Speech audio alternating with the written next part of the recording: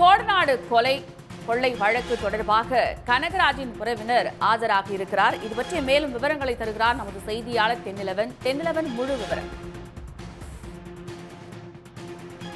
நடந்த இந்த கோடநாடு கொலை வழக்கு தொடர்பாக பாத்தீங்கன்னா சிபிசிஐடி போலீசார் தற்போது விசாரணை மேற்கொண்டு வராங்க. இந்த வழக்கை பொறுத்தளவு 12 பேர் கைது செய்யப்பட்டிருந்தார்கள். இந்த கைது செய்யப்பட்ட நபர்களிடம் ஏற்கனவே பல்வேறு கட்ட விசாரணை நடைபெற்றது.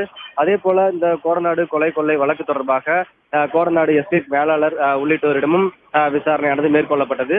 குறிப்பாக இந்த வழக்கை பொறுத்தளவு இந்த வழக்கில் தடயங்களை அளிக்க முயன்றதாக இந்த வழக்கில் முதல் குற்றவாளியாக இருக்கக்கூடிய முன்னாள் முதல்வர் ஜெயலலிதாவின் கார் ஓட்டுநரான கனகராஜ் அவரது உறவினரான ரமேஷ் என்பவர் கைது செய்யப்பட்டிருந்தார். அவருடன் தனபால் என்பவரும் கைது செய்யப்பட்டிருந்தாங்க.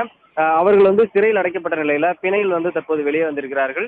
தற்போது சிபிசிஐடி போலீசார் இந்த வழக்கை விசாரித்து வரும் நிலையில் இந்த வழக்கில் முதல் முறையாக ரமேஷுக்கு சம்மன் அனுப்பப்பட்டது.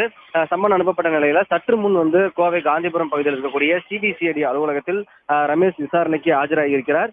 ஏற்கனவே கடந்த முறை ஐஜி சுதாகர் தலைமையில் நடைபெற்ற விசாரணையில் கூட ரமேஷ் நேரடியாக தனது வாக்குமூலத்தை கொடுத்திருந்தாரு.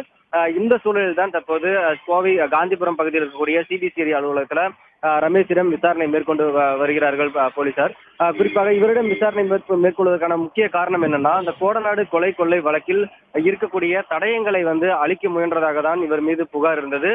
மேலும் வழக்கு பதிவு செய்தும் விசாரணை மேற்கொண்டு வந்த கூட சூழல்ல எந்த மாதிரியான தடயங்கள் அளிக்க முயன்றார், என்ன காரணம் என்பது குறித்தான பல்வேறு கேள்விகளை சிபிசிஐடி போலீசார் எழுப்பியிருக்கிறார்கள். இதுவரை 300க்கும் மேற்பட்ட நபர்களிடம் சிபிசிஐடி போலீசார் விசாரணை மேற்கொண்ட நிலையில தற்போது முதல் முறையாக ரமேஷுக்கு சம்மன் அனுப்பி அவரிடம் விசாரணையானது தற்போது துவங்கி இருக்கிறது. உடனுக்குடன் செய்திகளை தெரிந்து கொள்ள சன் நியூஸ் பெல் ஐகானை கிளிக் பண்ணுங்க.